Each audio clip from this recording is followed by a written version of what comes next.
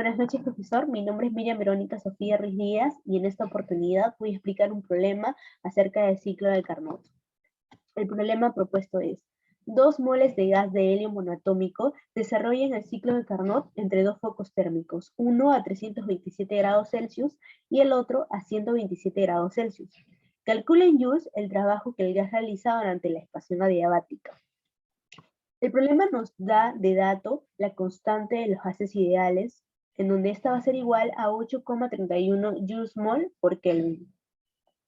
Como estamos hablando del ciclo de Carnot para una máquina térmica que consta de dos focos térmicos, estos focos van a ser tanto caliente como frío, a una temperatura absoluta que tiene que estar en Kelvin.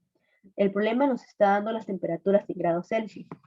Sabemos por teoría que Kelvin va a ser igual a grados Celsius más 273.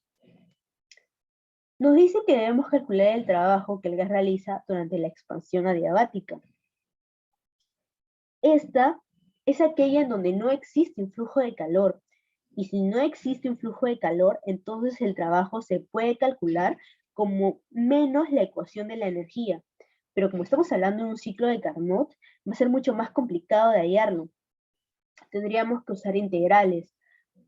Sabemos que el trabajo ya tiene una fórmula dada que es que va a ser igual a la presión 1 por el volumen 1 menos la presión 2 por el volumen 2 sobre la constante adiabática menos 1. En algunos libros esta fórmula aparece al revés: presión 2 por volumen 2 menos presión 1 por volumen 1 sobre 1 menos la constante adiabática. Como el problema no nos está dando de dato ni la presión ni el volumen, lo vamos a hallar con otra fórmula, que es el número de moles por la constante de los gases ideales por la variación de la temperatura, que es temperatura 2 menos temperatura 1, sobre 1 menos la constante adiabática. La constante adiabática se puede calcular de varias formas. Una de ellas puede ser mediante el grado de libertad, en este caso del gas ideal. Esto siempre dependiendo del gas que se puede calcular en función de los calores específicos a presión y volumen constante. Entonces decimos que la constante adiabática va a ser igual al calor específico a presión constante sobre el calor específico a volumen constante, o al grado de libertad más 2 sobre el grado de libertad.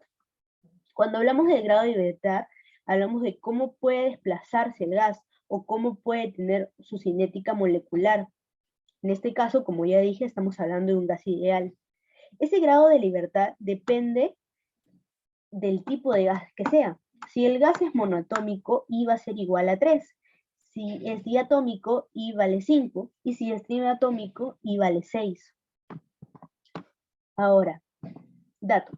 Sabemos que la temperatura es absoluta y tiene que estar en Kelvin, por lo que haremos la conversión. Para la temperatura 1 es igual a 327 grados más 273. Entonces, el foco caliente va a ser de 600 Kelvin. Para la temperatura 2 va a ser igual a 127 grados Celsius más 273. Por lo que diremos que la temperatura para el foco frío es de 400 Kelvin.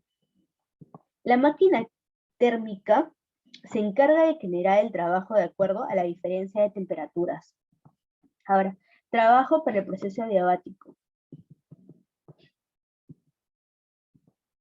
Como sabemos, la fórmula es el número de moles por la constante de los gases ideales por la variación de la temperatura sobre 1 menos la constante adiabática. Vamos a solucionar los problemas, primero calculando el coeficiente adiabático.